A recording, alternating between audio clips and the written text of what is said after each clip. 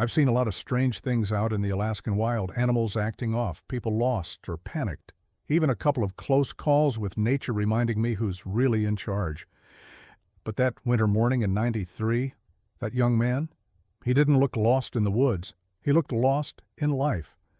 And the thing is, when he finally spoke, it wasn't what he said that stuck with me. It was why he was out there. Sometimes folks don't go into the forest to be rescued. Sometimes they go out there hoping not to come back. My name's Bill Haskins. I was born and raised in Fairbanks, Alaska, and I spent most of my adult life as a park ranger, Denali mostly, but I moved around when they needed bodies. I'm 68 now, retired a good while, though retired is just a word they stick on you when you stop wearing the badge and the patch. The woods don't retire. The weather doesn't retire. Your memories sure as hell don't. I lived a simple life back then. Still do. Small house, a shed that always needed fixing, a pickup that complained every winter morning, and a coffee pot that never felt big enough. People think up here is about the big drama, blizzards, bears, avalanches. Sometimes it is. Most days it's about small, steady things. Ice cracking in the river at 2 in the morning, the brown smoke of your own breath inside a scarf. A radio clicking alive with some voice you half know asking you to come check something when you get a minute, Bill. You get to know the sound of tires on gravel from a mile away. You get to know the difference between silence that's peaceful and silence that's got a weight to it. By '93, I'd already seen a lot, not the kind of lot that makes for good TV, a lot of people who were just lost. Not always physically. Sometimes they just needed to stand somewhere that didn't talk back. The forest has a way of holding your secrets without taking sides. I think that's part of why I stayed in the job longer than I meant to. I liked being the guy who found people before the cold did, or before their own thoughts did. I was never a talker. Not really. My wife used to say I could go a week without telling her anything more than what time I'd be home. We divorced before the turn of the millennium. She said the job took more than it gave. I told her it gave me purpose.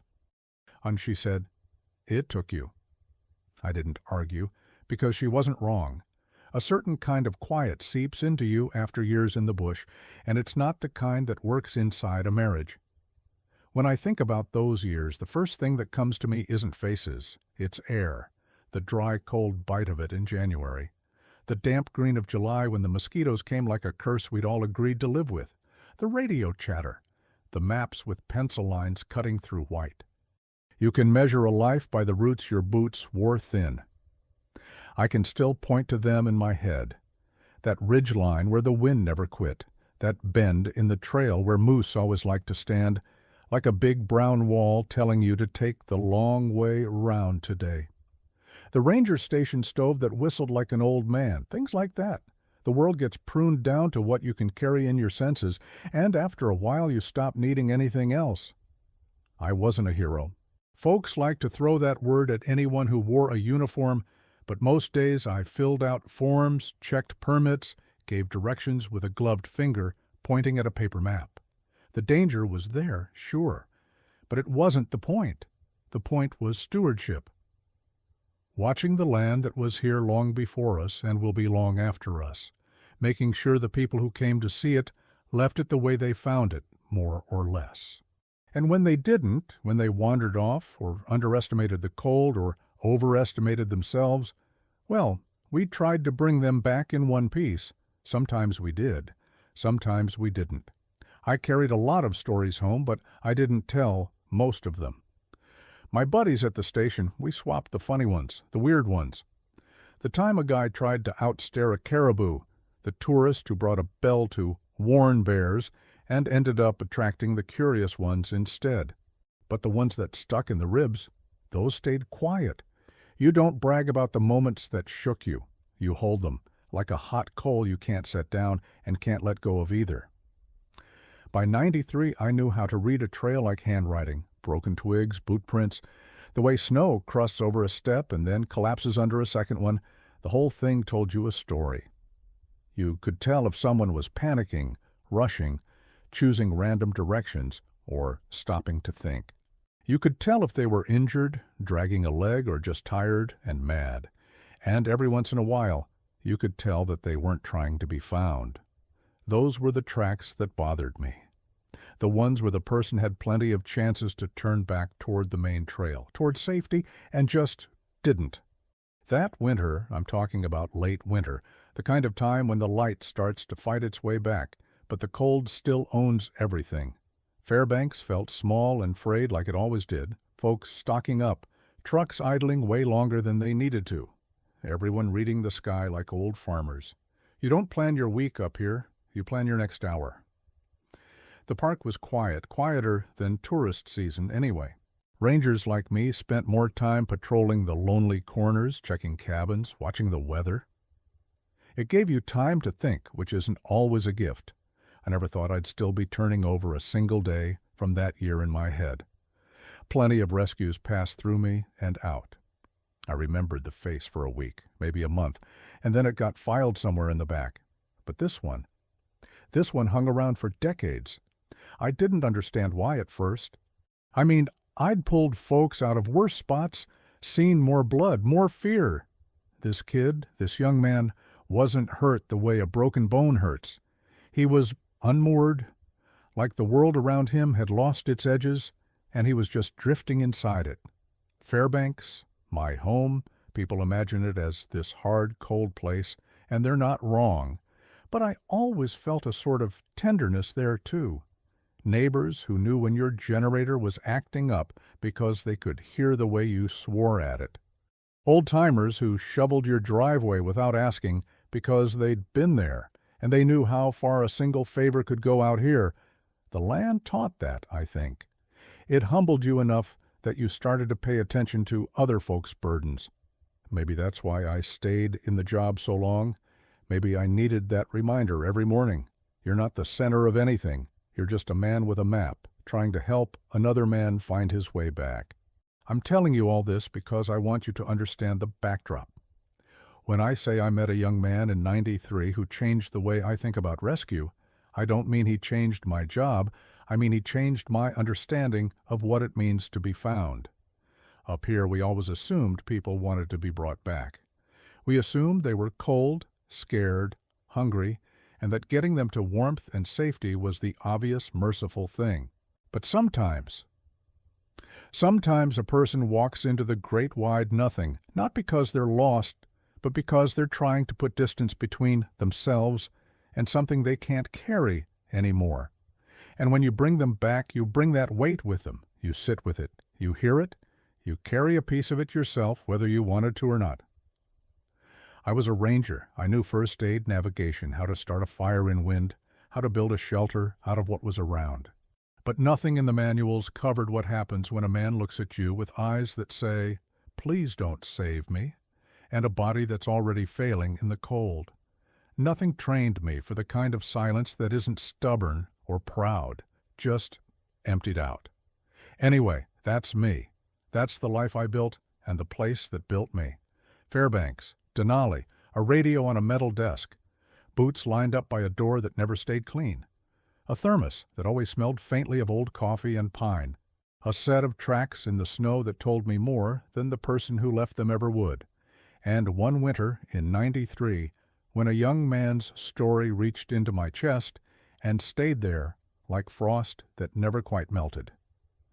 If you want, I'll tell you about the day the call came in, how the voice on the radio sounded, what the light was like on the mountains. The way my gut tightened before I even saw him, like some part of me already knew this wasn't going to be the kind of rescue you could shake off with a hot shower and a good night's sleep. Back in the early '90s, my days had a rhythm that only made sense if you lived inside it. I woke up before the light, especially in winter, when the sun took its sweet time showing up. The house would creak, the kind of creak wood makes when it remembers it's still alive under all that frost. I'd put coffee on, thick and dark, the way we all drank it, because there wasn't much point pretending it was about flavor. It was fuel. I'd lace up boots that never really got dry between runs, pull on a jacket that smelled like smoke, pine, And the old heater in the ranger station. I never thought to wash that smell out. It felt like part of the uniform. There was always a check-in, the radio popping awake with a static breath, like a smoker clearing his throat. Voices I knew well by then, Tommy's low rumble, Fran's fast-clipped way of talking when she was running late, the kind of inside jokes that lived in the space between words.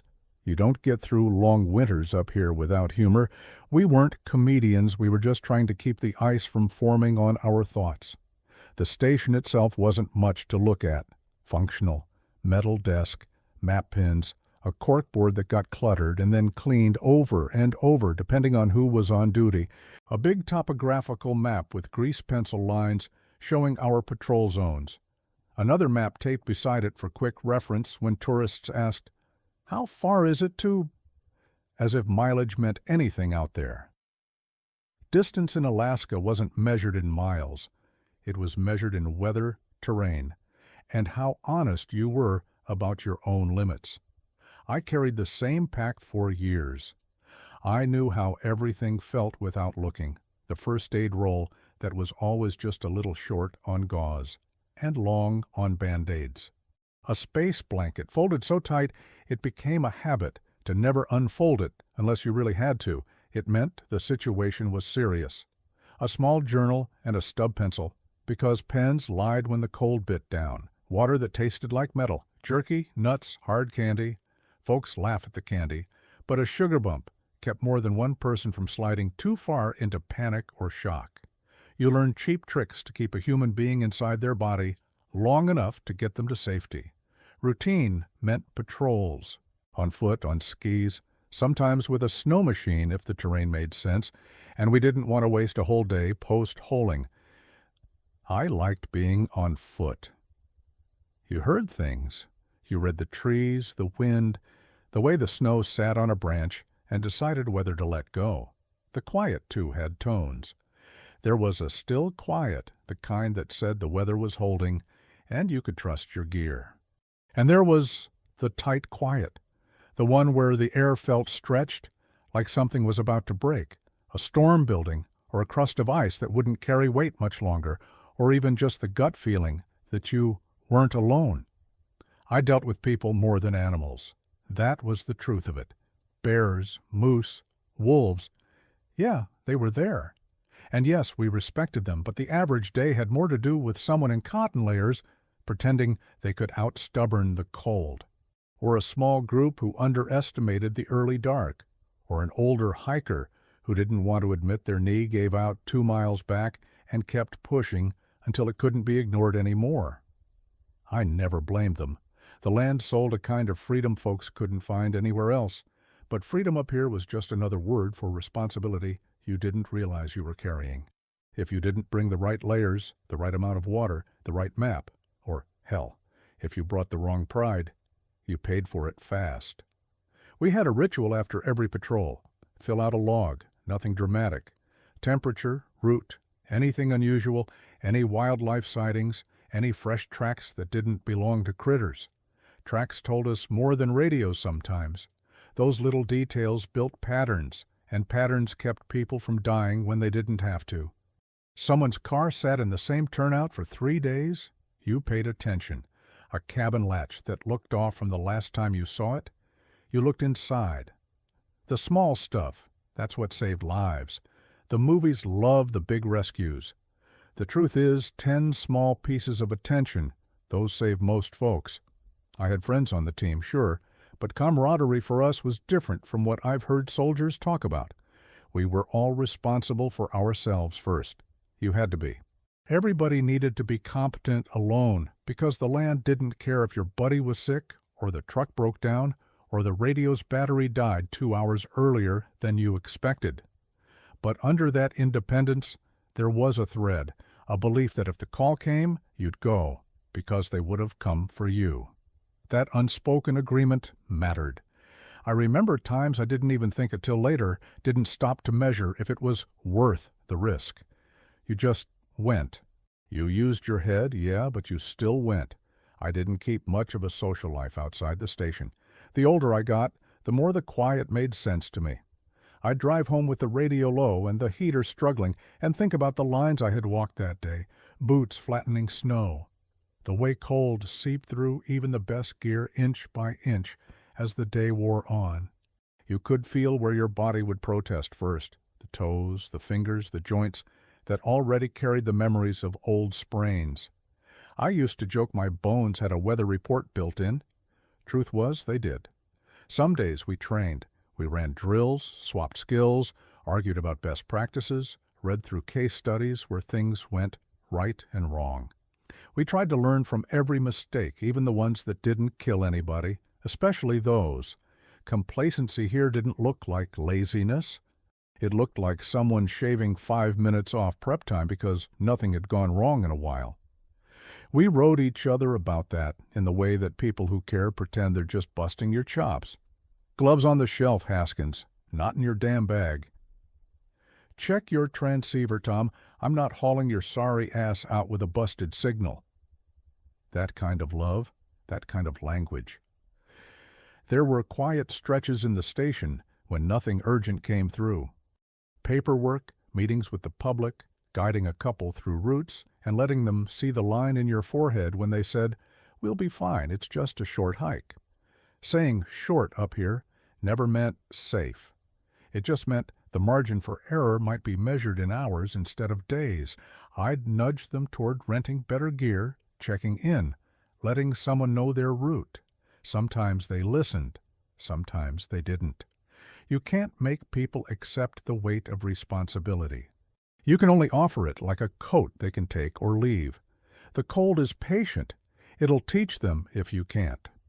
In the evenings after a long day, I'd sit by the station stove and write those little journals I mentioned. Not for the department, not for anyone else. Just for me. Notes about the color of the sky when the sun finally dropped, or the way snow squeaked underfoot at -20, or a set of prints I couldn't place right away but figured out later. Fox, not dog. The act of writing made the day feel accounted for, like I'd folded it up and put it on a shelf. It didn't always work. Some days stuck to you anyway. It was during that routine, warm coffee, cold days, the constant negotiation between caution and duty, that 1993 rolled in. Nothing about it announced itself as the year I'd still be talking about in my 60s. Just another winter, just another run of days where we measured everything in weather reports, radio batteries, and who was on shift. But looking back, I can feel it. The slow build toward that one call, like a pressure drop you don't notice until the windows start to rattle. A normal morning, a voice on the radio, a phrase like possible person in distress that we heard enough times to know it could mean anything, from a guy who twisted an ankle to someone who didn't want to be found at all. And me doing what I always did, checking my pack, double-checking the spare gloves, making sure the thermos lid was tight, throwing a couple of extra candies in the side pocket because it cost nothing, and sometimes helped a lot. That was the backbone of my life then, the routine, the ritual, the little redundancies that made the difference between rescue and recovery. I didn't see it as hero work. I saw it as housekeeping, keeping a house as big as the park in order, as best we could with the tools we had. That's the stage I was standing on when I walked into that stretch of winter woods and found a young man whose silence felt heavier than the snow around us. It was February 9th, 1993, a Thursday. I remember that clearly, though I couldn't tell you what I ate the night before or if I slept well. The date stuck because that morning the sky looked like aluminum. No shine, just a hard, dull stretch of gray that made everything feel 2 shades colder than it was. I always trusted the sky more than the forecast. The radio could say 15 degrees, but the sky? The sky told you if something was coming. I'd just gotten back from an uneventful patrol near the Toklat River area the day before, checked some backcountry campsites, waved at a pair of solo hikers who were better prepared than most. One even had a laminated map and 2 backup compasses. We joked at the station about giving him a medal. That morning I was warming up near the stove at the ranger shack, rubbing my hands together, thinking I might have time to fix the busted lamp in my truck, when the radio cracked. It wasn't a call for all units, just a soft voice from HQ Mary Jo working dispatch that morning, and she said my name like it was already a favor. "Bill, you there?" I leaned toward the receiver. "Go ahead. Got a tip from a trail group came down from the ridge yesterday. Said they saw someone hiking alone, off trail, no gear. Looked wrong, young man. Might be nothing, might be something. You around?" I didn't even think twice. On my way.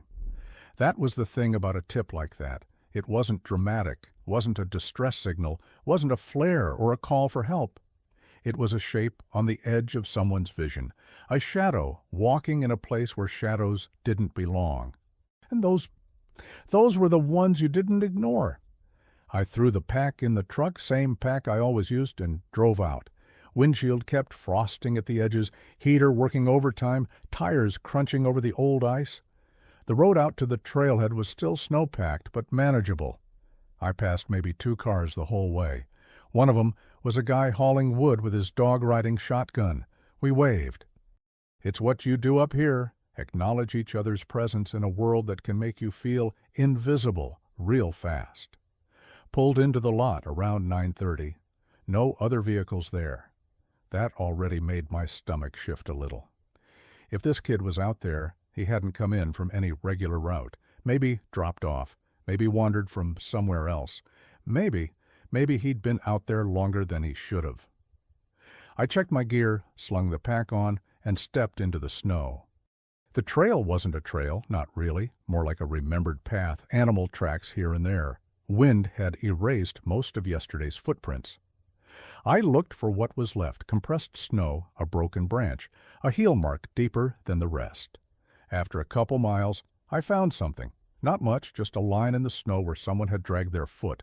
Not fallen, dragged, like maybe they were tired or limping or just uncaring about how they moved.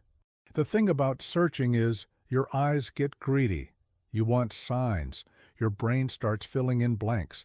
Every shape in the snow becomes maybe a person. Every silence becomes suspicious. You have to keep yourself in check, grounded. Let the land tell you, don't go imagining ghosts. About an hour in, I saw something that didn't belong.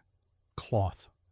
A corner of something dark poking from behind a snow-covered log, like someone had sat down and just stayed. I slowed, took it one step at a time. Called out, not loud, just enough to break the silence in a way that didn't feel like an intrusion. "Hey there, Ranger here, you all right?" No answer. But there was movement, not big. Just a slow shift, like someone coming back to their body after a long time away. When I got closer, I saw him. Early 20s, maybe. No hat. Cheeks red and raw, lips cracked, eyes unfocused, not frightened, not surprised, just distant, like he hadn't expected anyone but also didn't care that I was there. He was sitting against the log, knees pulled up like he'd been trying to stay warm but gave up halfway through. Light jacket, not made for this kind of cold. Thin gloves, no pack, no water, no food in sight. It didn't make sense. I knelt down slow, kept my voice soft. "You hurt?" He blinked, eventually shook his head. "You lost?" No answer. Name? Nothing. Just that blank look like I was speaking a language he'd heard once in a dream. I offered water. He didn't take it. I unzipped a pouch, pulled out one of the hard candies and held it out. For whatever reason, that worked. He took it, held it in his hand like it meant something, but didn't unwrap it. "All right," I said quietly.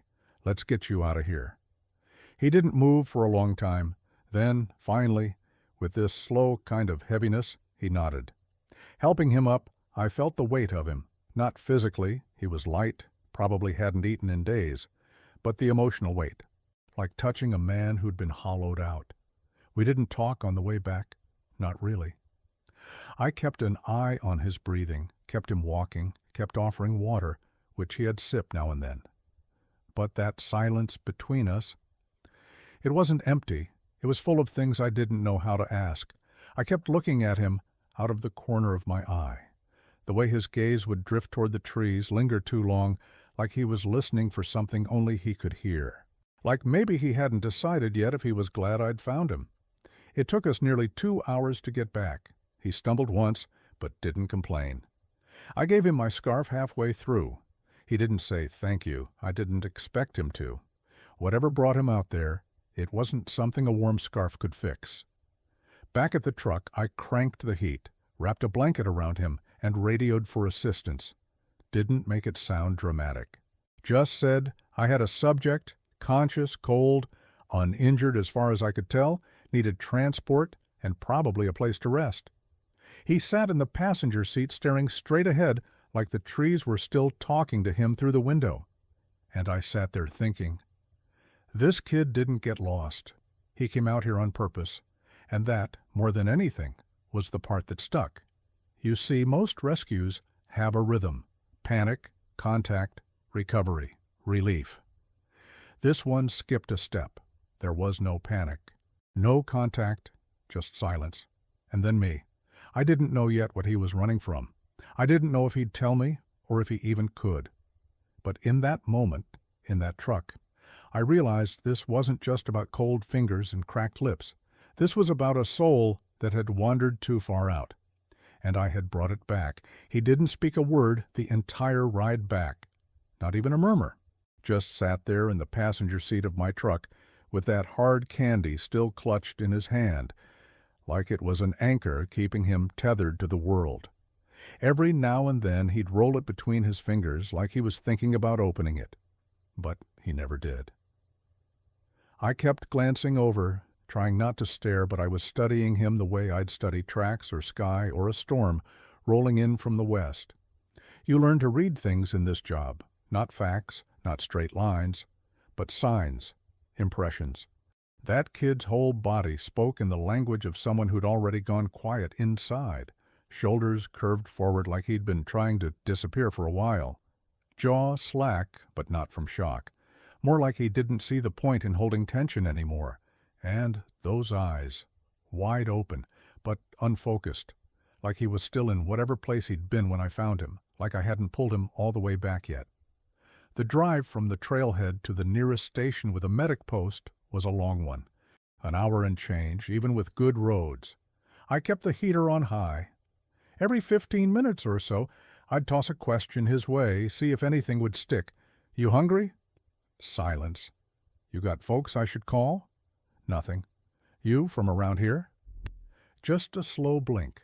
It wasn't the kind of silence that said, I'm scared or I don't trust you. It was deeper than that. It was the kind that says, I don't know if I belong anywhere anymore. I've been around enough broken people to recognize that kind of quiet. About halfway there, he finally made a sound, not a word, just a sharp breath, like something had grabbed him from inside. His body jolted like someone waking from a fall, and I instinctively reached across the seat, hand flat to show I wasn't a threat. You okay? He didn't look at me, just shook his head, barely. A twitch. Then he pressed the candy into the dashboard like he needed to leave some part of himself behind. That little clear-wrapped piece of sugar, pressed down with a shaking hand, left a faint smear from his glove. That image has never left me. He never opened it. He just marked the space with it, like he was saying I was here. We pulled into the ranger station just after noon. I radioed ahead so they'd have someone ready.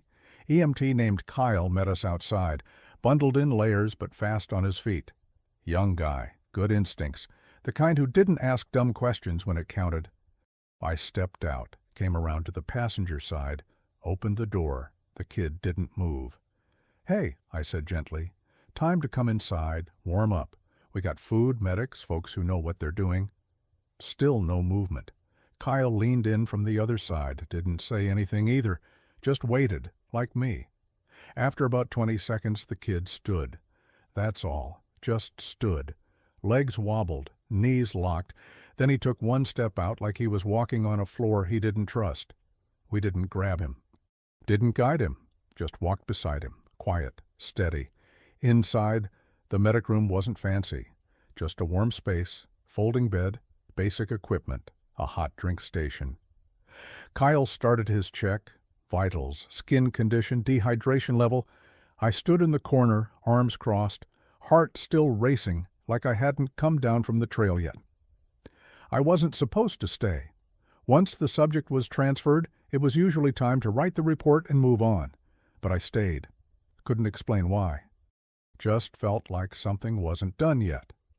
Kyle finished his check, told me the kid's body temp was borderline hypothermic but nothing life-threatening, said he'd leave us a minute. So there we were, just me and the kid. Me in the corner, him on the cot, his eyes now tracking slowly around the room like he was trying to orient himself in a place that wasn't frozen and silent. And then, out of nowhere, he spoke. Barely a whisper, just 3 words. I wasn't lost. I didn't move. Didn't speak right away, just let the words settle. Then I said, as evenly as I could, "All right, then tell me why you were out there." Long silence. I thought maybe that was all he had. But then he nodded to himself like someone taking a dare, and he spoke again. "My brother used to hike that ridge. He died 2 years ago. Suicide. No note, just disappeared. They found his body near a ledge." He paused, blinked hard. His lips were chapped so bad they cracked when he licked them. I wasn't trying to find him. I knew he wasn't out there. But I thought, maybe if I stood where he stood, I'd understand why. I didn't speak. Didn't need to. That kind of truth doesn't need a reply. It just needs space. He looked at his hands then, palms up, like he wasn't sure what they were for anymore. I thought maybe I'd feel him, or feel whatever he felt, standing on that edge. But I didn't. I just felt cold, and tired, and stupid. His voice caught.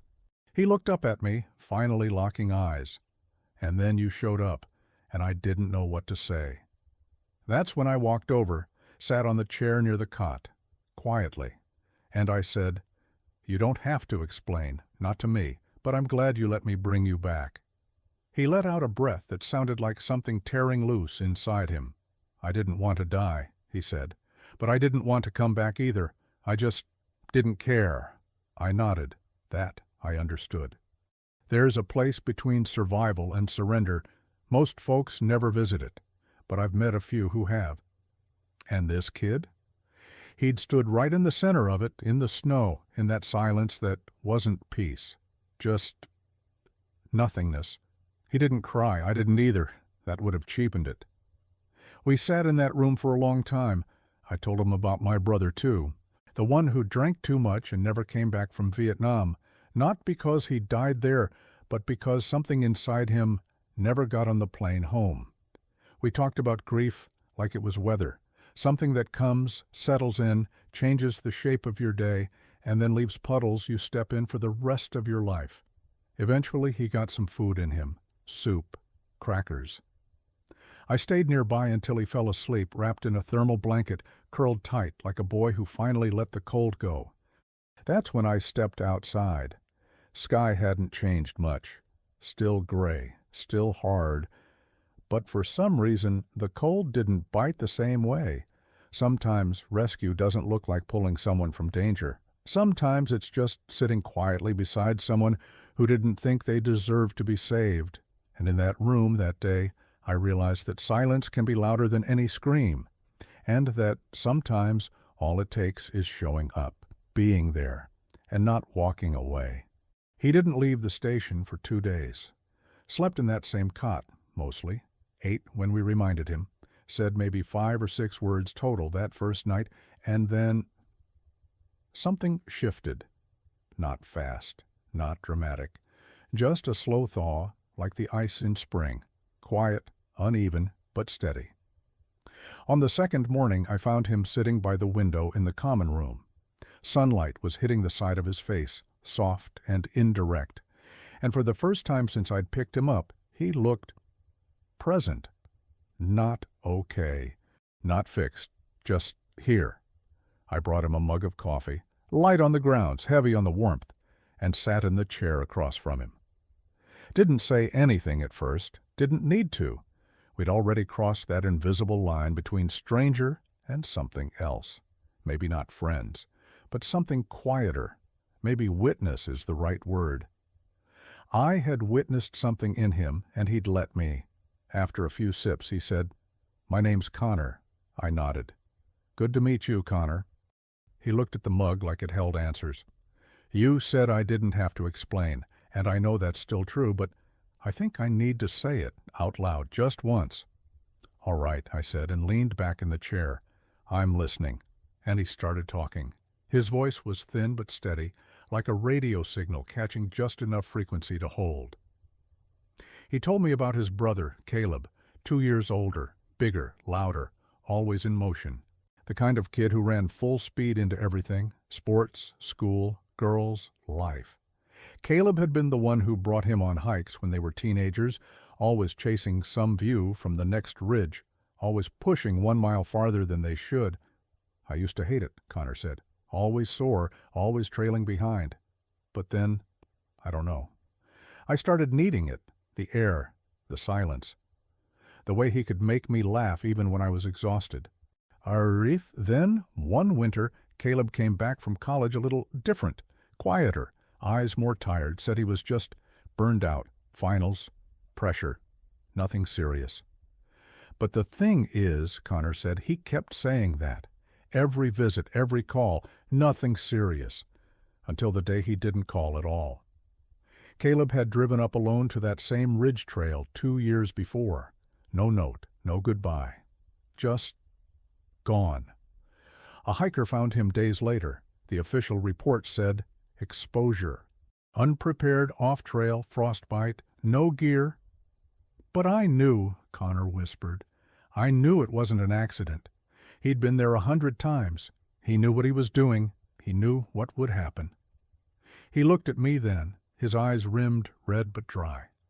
I hated him for it, for a long time, not just because he left, but because he made it look like the woods took him, like it was just bad luck.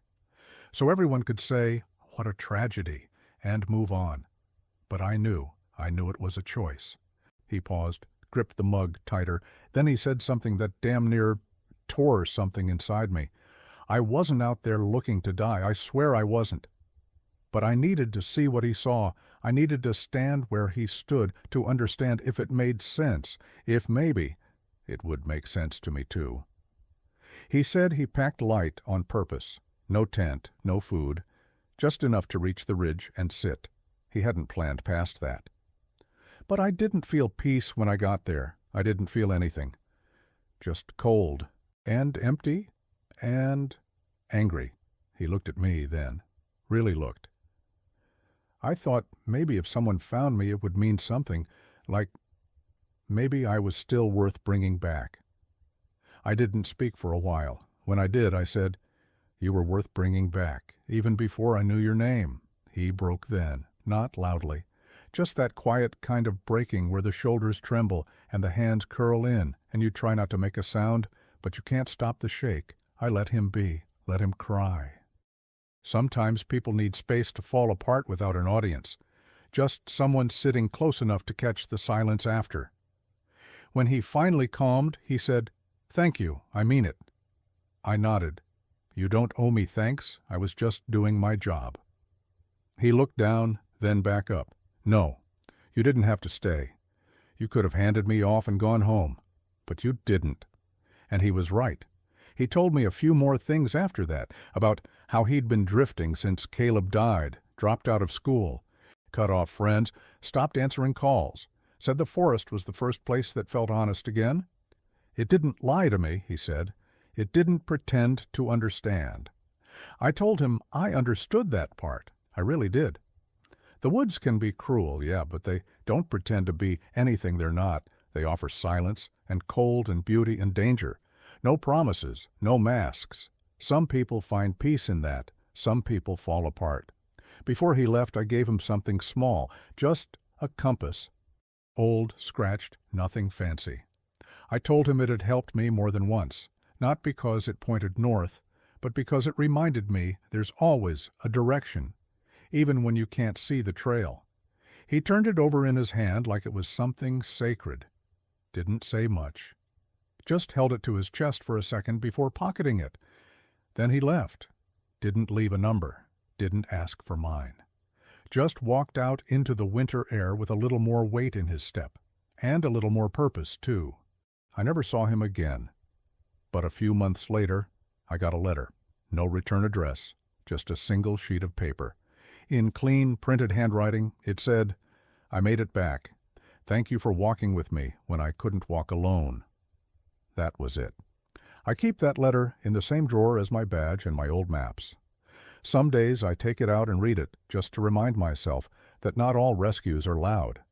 Not all rescues have sirens and stretchers and dramatic moments. Sometimes a rescue is just two people sitting in silence, one holding space, the other trying to remember what it means to stay alive. There's this idea a lot of folks have about people who work in rescue, firefighters, rangers, medics, cops, that we're made of steel, that the job toughens you, turns your heart into something bulletproof, that we see pain, walk through it, and walk out clean on the other side. That's not true. What the job really does is leave you full of echoes. You go out there again and again into fires or snow or wreckage, and sometimes you bring people back, sometimes you don't. And even when you do, especially when you do, something stays behind, or it comes back with you. That day with Connor, what it did to me didn't hit all at once. It wasn't like I walked out of that medic room and suddenly saw the world different. No, it was slower, like a draft slipping in through a cracked window. You don't notice it at first. Then one night you realize you've been cold for hours and you don't know why. Before that rescue, I saw silence as a thing to be broken. If someone was quiet, you filled the space. You asked the right questions. You brought them back with words. I thought if I could just say the right thing, I could fix whatever was broken. But Connor didn't need me to talk. He needed me to stay. That's it. Just stay. And that shook me, because I realized how often I'd tried to patch people up with words, with instructions, with logic, and here was this young man sitting in the middle of his grief like it was the only thing keeping him tethered to the earth, and all he needed was someone not to look away. That haunted me. I started noticing how much silence I had buried, memories I'd folded up and stored like old gear, out of sight, but never really out of mind. Like the first body I pulled from a snowdrift. A solo hiker who'd misjudged a river crossing. I carried him back alone. Talked to him the whole way, even though I knew he couldn't hear.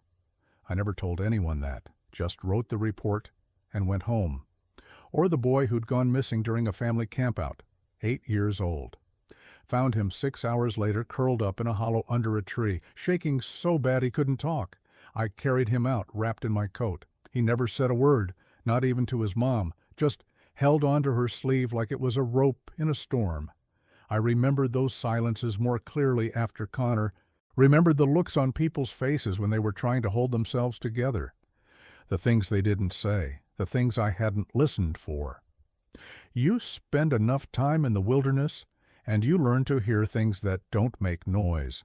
A branch cracking under a heavy step, the rhythm of a squirrel's movement through the underbrush, the shift in the wind right before it snows.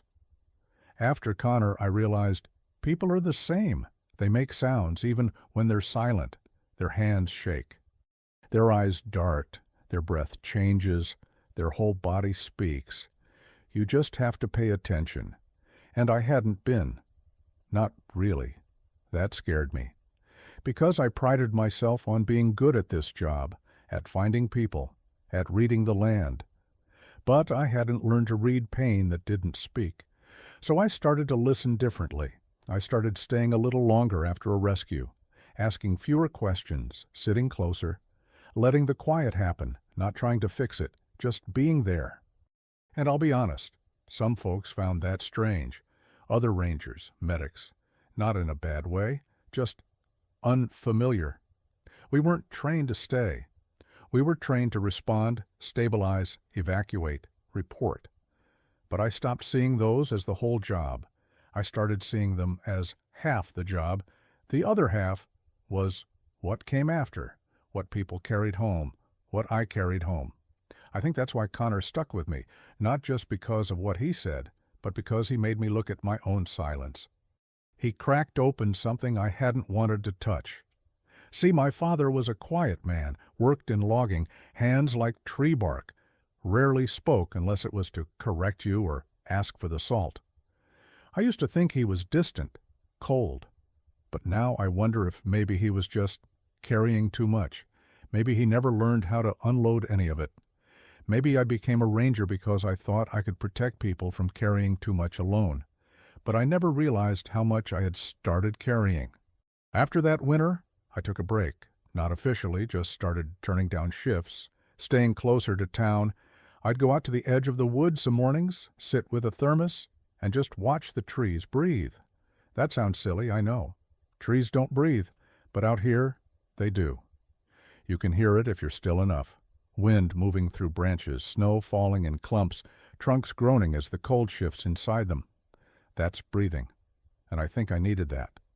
Needed to remember that not all life is loud, that staying alive, staying present, isn't always dramatic. Sometimes it's just sitting still, not running, not fixing, just being.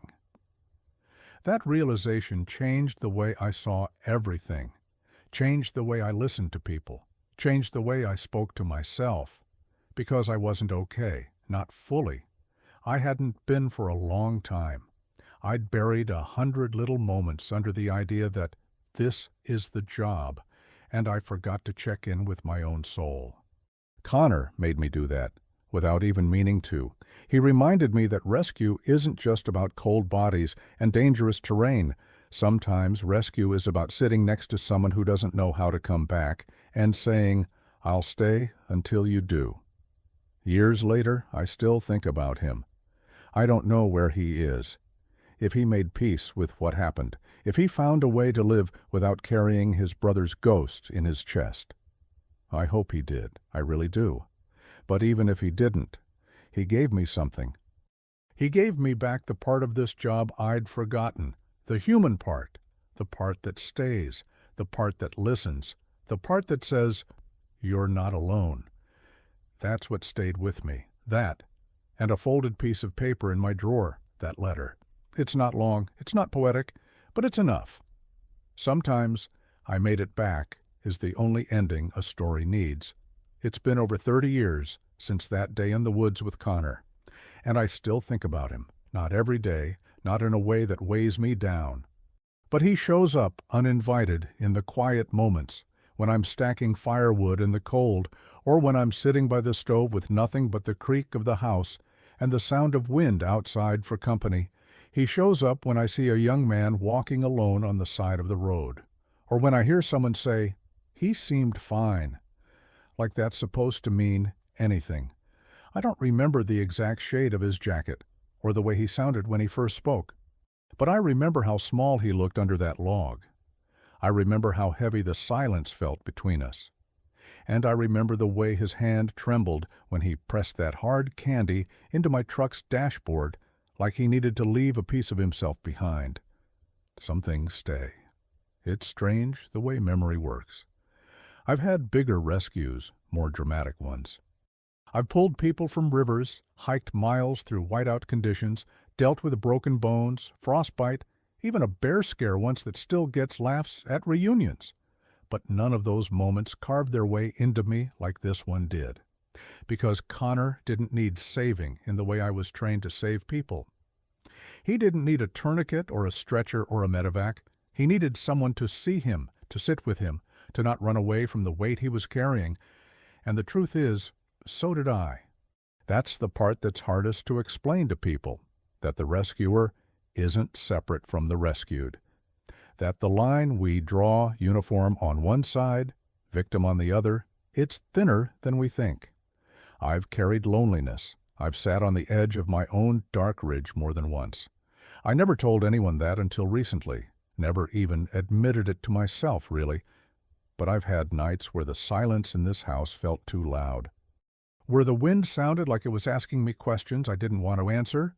Where I looked in the mirror and saw a face I didn't recognize.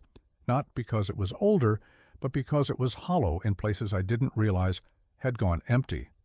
I think we all have that, if we're honest. Places inside us where old grief lives, unspoken, unfinished. For years I kept mine packed tight, filed under duty and discipline and being strong. I told myself I didn't have time for self-pity. I had a job to do, people to help, a patch on my shoulder that meant I didn't get to fall apart. But Connor cracked something open in me. Not in a dramatic way, more like loosening a window that had been painted shut for too long. I started thinking differently about what it means to serve, to help, to be present. Started calling old friends more, listening instead of offering advice. Started visiting my brother's grave again, the one who didn't die overseas but never really came home. I'd ignored that for years, told myself it was easier to let it fade. But some ghosts don't fade. They just wait for you to be quiet enough to hear them. I don't talk much about Connor in public. It's not the kind of story that plays well at reunions or department dinners. No medal, no headline, no dramatic ending.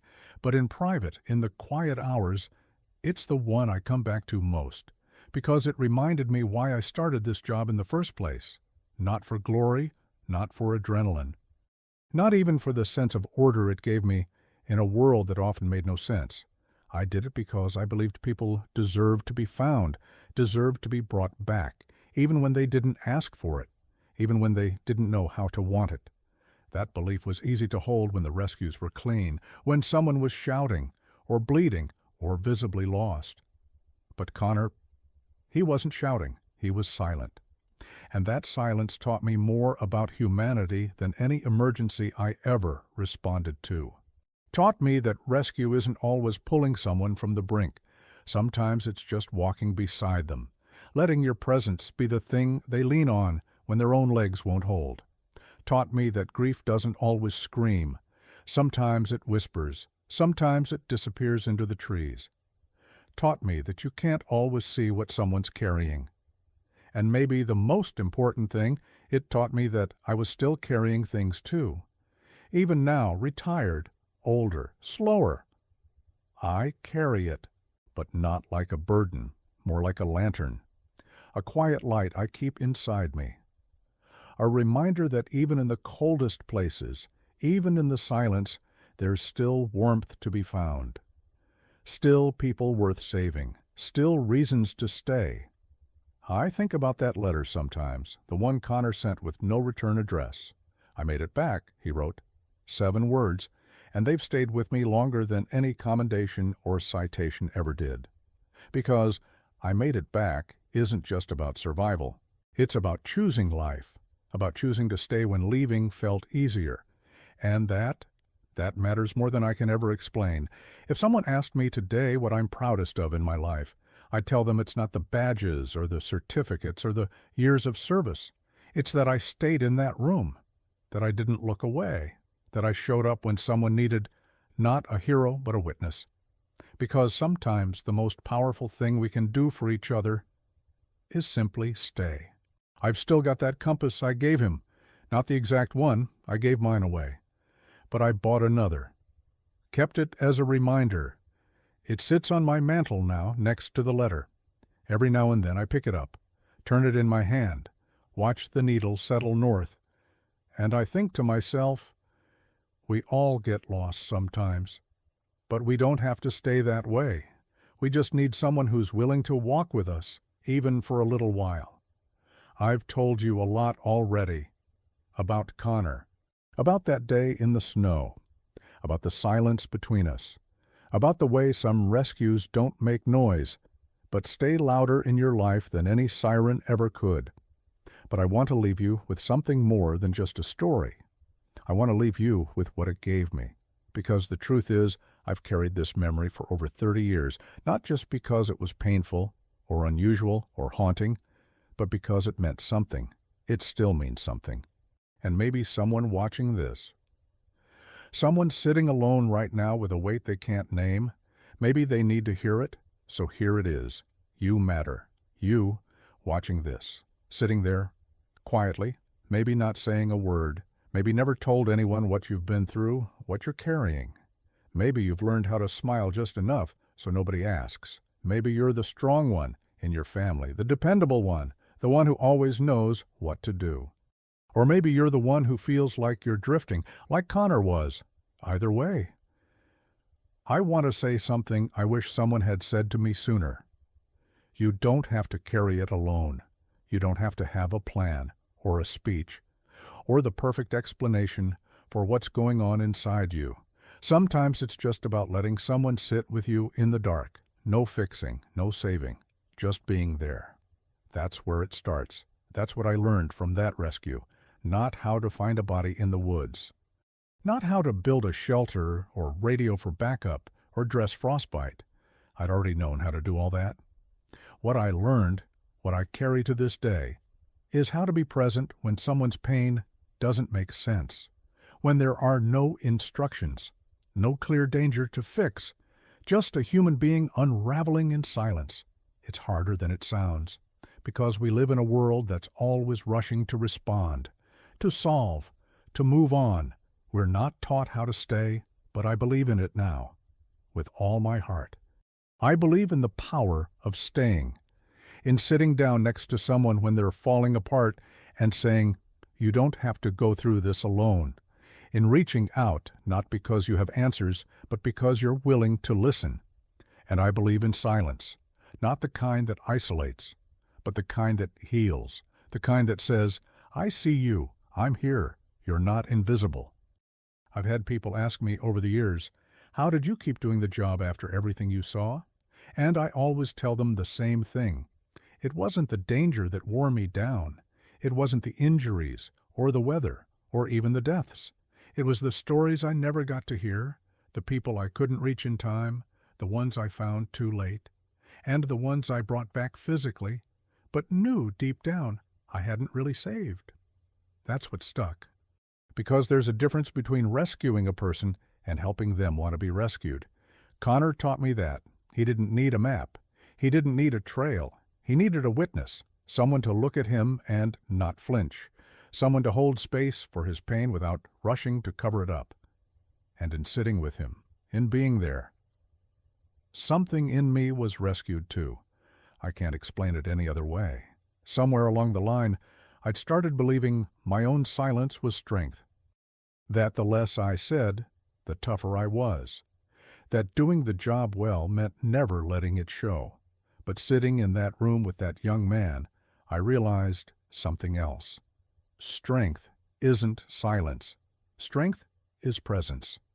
It's the willingness to walk into someone else's storm with nothing but your own 2 feet and say, "I'll stay until it passes." That's what I hope you take from this.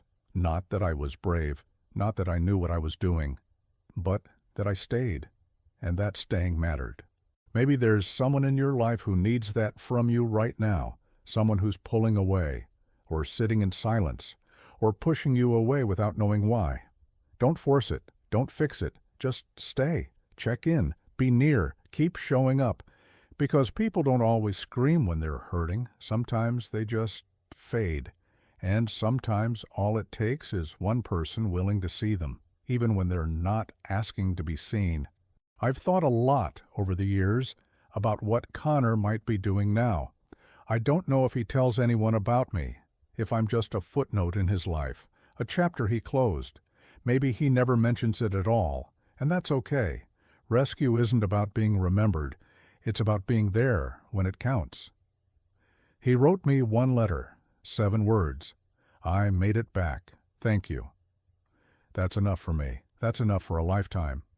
And if you're someone who's struggling, who's still out there in the cold, metaphorically or literally, I want to say this.